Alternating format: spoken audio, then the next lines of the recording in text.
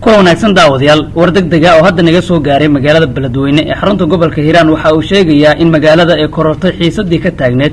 ciidamo hubaysan oo qaabeelad u abaabulan kana amar qaata Yuusuf Axmed Taageer Yuusuf Dabageed gudoomiye xilka laga qaaday ayaa la wareegay inta badan magaalada Beledweyne ciidamadu ay galeen xarunta maaliyadda ee magaalada Beledweyne halkaasina ay fariisin ka sameysteen sidoo kale waxa ay qabsadeen baraha control ee laga soo gala Beledweyne iyo xarunta maamulka gobolka ee magaalada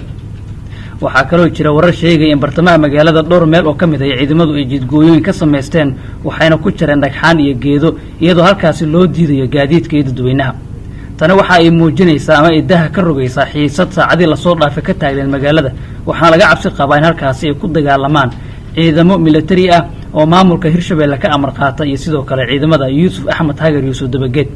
Yuusuf Dabageed oo saameyn weyn ku leh gobolka Hiiraan waxa uu haystaa ciidan iyo gaadiid lagu qiyaaso 200 kuwaas oo suurtagal ka dhigi kara in magaalada dagaal ka dhaco xiisadu way sii kordhaysaa mana jirto ilaa waqtigan cid ku baxday xalinta iyo qaboojinta xiisada siyaasadeed ee u dhaxaysa Dabageed iyo madaxweyne Waare waxay warar ay ku soo kordha halkan ayaa kala socod doonta haddii ay boodmo ee fadlan haddii aad nagu cusubtaa subscribe dheh si aad u heshid wararkan halkan soo gelino